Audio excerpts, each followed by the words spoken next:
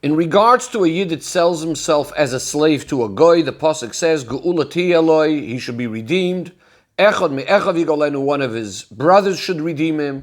Oy doidoi, oy ben doidoi, or his uncle or his cousin should redeem him. Oy mishe'er b'saroi, or one of his other close relatives. And finally, the pasuk says, "Oy hisiga yadu v'nigol," or if he can afford it himself and redeem himself. From the order of the pasuk that starts off first about the brothers and the uncles and a cousin and other relatives, we learn that hakaroiv karev koidim, that the mitzvah to redeem him is upon the relative that's closest. He goes first, and then any other close relatives. So we need to understand, in the situation when the person could afford it himself, obviously he would come first before all of his other relatives if he could redeem himself. And since the pasuk is going in the order of those that are first to redeem him, so seemingly who should have been first to mention? The person himself, if he could afford it, and redeem himself. And only afterwards, if he cannot afford it, then should be discussed about his brothers and his uncles, etc. Why is he siga yada, him being able to afford his own redemption, mentioned only after all of the relatives? Question number 2. Since the pasuk is enumerating a number of relatives and in the order of those that are closest first, so who should have seemingly been mentioned first? The father. He's definitely closer even than brothers, as we actually see in the dinim of Yerusha of inheritance, that if a person doesn't have children, then his father would inherit him before his brothers get the inheritance. And Bepoil says that practically, not only isn't the father mentioned first, he's not mentioned at all in the pasuk. In fact, says the Rebbe, the same question is actually asked in the parsha that discusses the dinim of Yerusha. And the pasuk over there also enumerates the different relatives that could inherit. The pasuk says if a person passes away without a son, then the inheritance moves on to the daughter. If there's no daughter, then it moves on to his brothers, then to his uncles, then to the next closest relative. And over there too, the father is totally not mentioned. And the father would get Yerusha, as we said before, even before the brother. So the answer that Mefarshim give is, the Ramban says, Derech bracha yedaber v'loy b'nichrasim. The pasuk wanted to speak in a more positive way of bracha, rather than in a tragic situation where a person was cut off at a very young age, where the son had died during the lifetime of his father. That's what would mean that his father is inheriting him. But the Rebbe says that in addition to the fact that even in the dinim of Yerusha, this is not such a simple and smooth answer, because when it comes to matters that are relevant to halacha, then seemingly we wouldn't leave out the father just in order not to speak in a way that's opposite of bracha, especially where you could end up making the mistake to think that the father doesn't in fact inherit. But even that would only work in the dinim of Yerusha. But in our case, in the case where a person sold himself, we're totally not speaking about a situation of nichrosim, of a person dying young.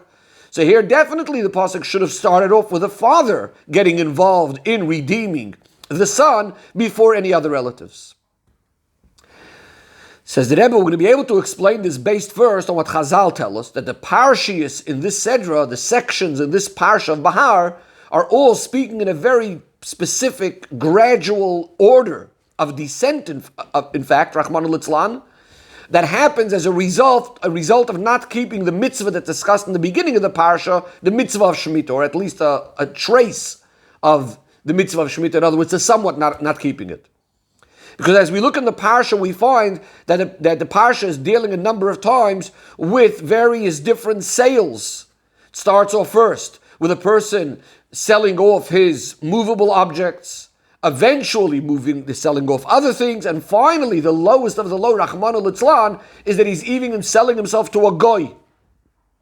And furthermore, the pasuk says, Le'eker mishpachas geir, which as Rashi tells us means that he's actually selling himself to the Avodah Zarah itself, to become, in other words, like an attendant for the Avodah Zarah, to chop wood and draw water, etc. And it says the Rebbe, as we can understand clearly, that here we're dealing with a descent that's not only a physical descent, that he had fallen so low that he needs to sell himself. He's selling all of his possessions and selling himself, and to a goy, but it actually shows on a very, very big yerida, a very big descent, and how lowly the person has fallen, beruchnius. Because the fact that a yid should sell himself to a goy, first of all, is the opposite of what Torah wants, because one is not allowed to sell himself to a goy. And number two, this actually leaves room, as Rashi also brings, where a person might think that if he sold to a goy anyways, maybe he could act like a goy. As Rashi brings, since his master is committing adultery, maybe he's allowed, serving Avodah Zarah, Machal Shabbos. So obviously, in other words, this causes him, Chas v'Shalom, to feel that he can assimilate. And even more so, obviously, if he sells himself to the Avodah Zarah itself, and this is completely the opposite of what the Pasuk says, that the Eibishter says, Li b'nei Yisrael avodim, the Yidden are my servants, not the servants of others, not the servants of Goyim, and certainly not of Avodah Zarah. So we understand that this was speaking about a tremendous spiritual descent. Says the Rebbe, where does this all start from? How does a person fall so low to the extent of selling himself to the Avodah Zarah itself? It all starts with forgetting and disconnecting oneself, Rahmanu Litzlan, with Aviv Shebashamayim, with our Father in heaven. And as a result of that, also forgetting and separating himself about the love that a child has to his Father in heaven, love and fear, etc. To use the words of a pasuk, says the Rebbe, that Hashem says, Ben Yechaved Av, a child honors his father. Says the Eibishter, if I'm your father, where is my honor? In the language of Chassidus, this person, what he's lacking is, at least in a revealed way, the level of Av, the level of father, in his koichas hanefesh, in his faculties of his soul, which this is the level of Chachma. Chachma is referred to in Chassidus as the Av, as the father. The Alter Rebbe explains at length in Tanya that the reason that what could cause that a Yid should Chas v'Shalom violate the Eibishter's Ratzon, it's because that level of Chachma shebenefesh is in a state of sleep. What's the level of Chachma shebenefesh? This is the place that's beyond logic, beyond understanding, beyond that which is rational. This is the level of emunah in Hashem, which is completely higher than seichel. And this is a sleep. And as a result of that, the person doesn't feel how with each and every Aveira, even that which seems to be a very minor or light Aveira, he's actually completely separating himself from Hashem, from the oneness of Hashem. Because if a person would feel, if a person would sense how every single Aveira, in fact, is separating him from that oneness of Hashem, just like Avodah Zarah, there's absolutely no question that he would overcome this challenge with the same strength as and every single Yid, even a Kal Shebakalim, even the most lightheaded and careless Yid, and even the biggest sinners, would be Moiser Nefesh for Kedushas Hashem without thinking about it, without giving it any thought, rather in a way as if it's impossible to deny Hashem Echad. It's only because he's forgetting about this, that's why he can do an Aveira. Says the Rebbe, now we can understand the Pnimi is the reason of Chassidus. Why the level of Av, of father, the person's father, is not being mentioned, not in the story, not in the parsha that discusses of a person selling himself to the Avodah, to a goy, or to the Avodah Zarah, and also not in the parsha of Nachlos. What is the idea of death? Death doesn't have to mean necessarily only physically dying. The idea of Misa Beruchnius, as we know, there's the concept that Rishoyim, even during their lifetime, they're considered dead. Or in a more subtle way, we say Man Noches Medarga, someone that has fallen down in level, is also considered Misa, is considered death. Where does death come from? Death is coming from this idea that he's lacking in this area of remembering this Darga of Av, Aviv Shabashamayim, our Father in heaven. Or as we said before, the Gili within his own soul, that level of his Av, the Chachma in his Nefesh, that Emunah, that's in a state of sleep. And sleep is also in some way similar to Misa. We say sleep is like 1/60th of death. And this is why we're considering this person in this way somewhat experiencing this death. Because if the person would remember constantly his emunah in Hashem, as we said before, the Eibishter says, if I'm your father, where's my honor? So if he would remember this, that he would be honoring Hashem. That's when the Chachma of the Nefesh is shining. And when Chachma is shining, when this level of Av Chachma is shining, the Pasuk says, Ha-Chachma techaya. Chachma gives life, so there's no death. That means Chachma does not allow any fall beruchnius or death beruchnius, and certainly not falling, and even not falling down from one's level. Because as a result of this level of Chachma Shem Nefesh, the Yid's Avoida is with the absolute greatest emunah and would never change, and would never fall. Says the Rebbe, just like this idea of Nimkar L'Nachri, when a person is sold to a goy, is coming with Pnimius, as we said before, that it's as a result of the spiritual fall, where he's lacking in the inyan of Av. So too says the Rebbe when we speak about the idea of Geula. And that is, the Torah says Geula Tiyeloi. What does Geula Tiyeloi mean? That the relatives must redeem him. Furthermore, Geula Tiyeloi also is Lashon Haftacha that obviously at the end for sure he will end up being redeemed. That is, even if the relatives don't go ahead and redeem him, well, when Yovel comes, V'yotza b'shnas Yovel, there is going to be a time that he's for sure redeemed. And the pasuk goes on and says that the reason is Ki li b'nei Yisrael avodim, the Yidden are my servants, Hashem says, avodayhem. Shtori koidem, as the Chazal tell us, which means my document of having them as slaves comes before this person trying to sell himself. What does this mean b'pnimius? That the Geula Ruchnius of this lowly state, of that the person had fallen into, is a guarantee, as we'll see now. Why is that? Because by Matan Torah, every single Yid became Hashem's servant forever. This is a special, essential quality that could never, ever be taken away from the person.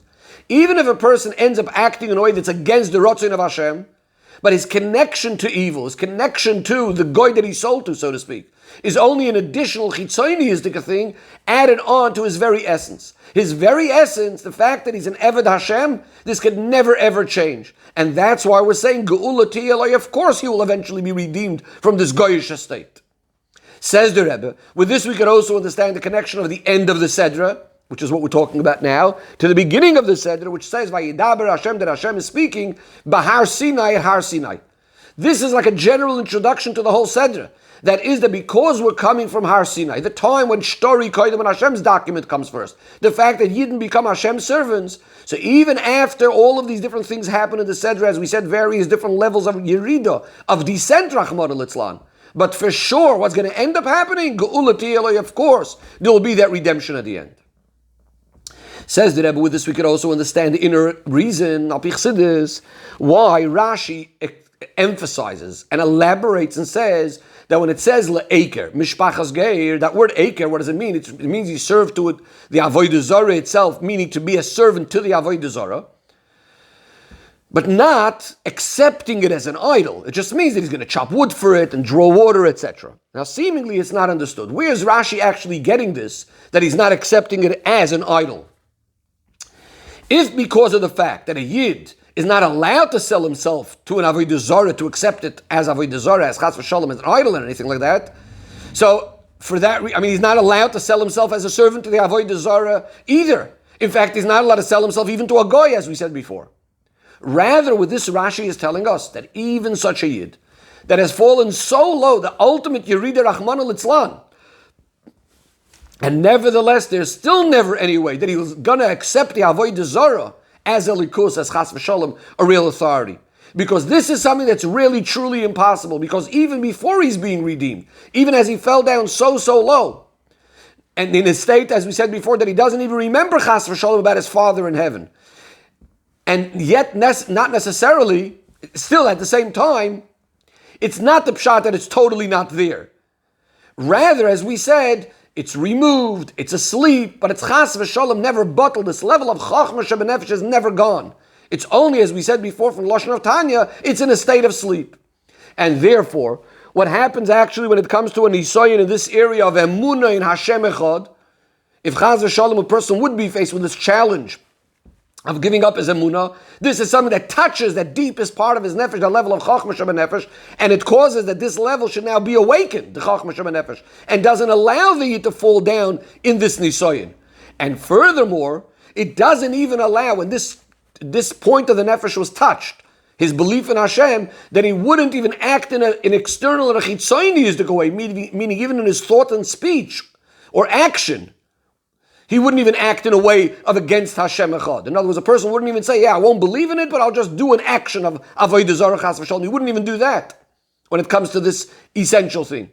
And this is why it's impossible that he would ever sell himself to the avodah zarah as in accepting it as an actual God, even if he's doing it without believing in it. The lowest yerida that we can imagine that's possible to be by a yid is that when, in other words, when the chachma of the nefesh is in a state of sleep, the lowest he would fall Obviously, says the Rebbe in the brackets over here, we're not speaking about free choice. A person could chas v'shalom choose other things, but generally speaking, the lowest a person would fall is only that he would serve it, to chop wood for it, and draw water, etc.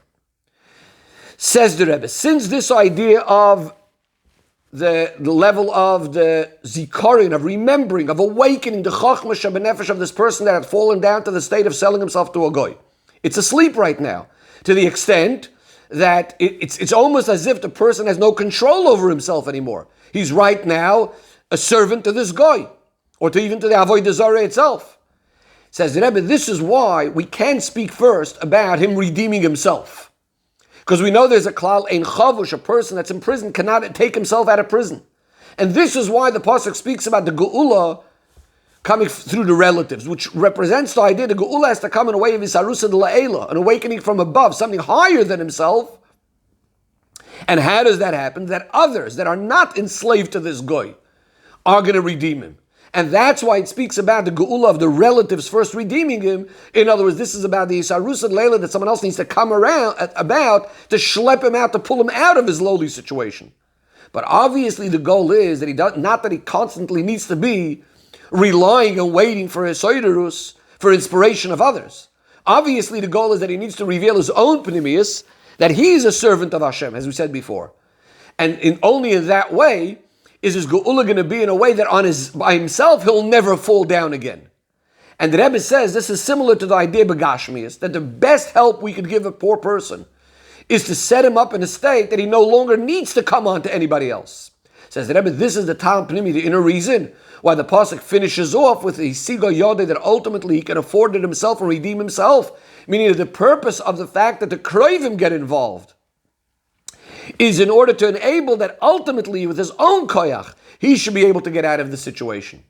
Says the Rebbe, this is also the reason why within relatives itself, we said the halacha is that the closer the relative is, the mitzvah is on him first. Meaning to say, since we're trying to arouse, we're trying to wake up the very pnimius of the Yid, and then as well also the chitzonius, the more external types of faculties of this servant, so that he should be able to work on himself and get himself out as well.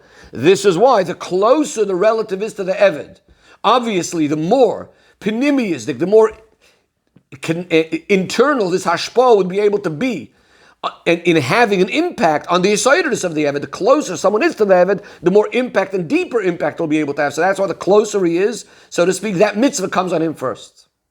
Says the Rebbe, the reason why it could ever even happen, that there should be a Yerida, is hinted and emphasized in the very beginning of the Sedra. The pasuk starts off, when speaking about Shemitah, it says, Ki savoyu el haaretz, when you'll come into the land. That is, because Yidden are now coming into a settled land, where they're going to need to deal with the way of nature.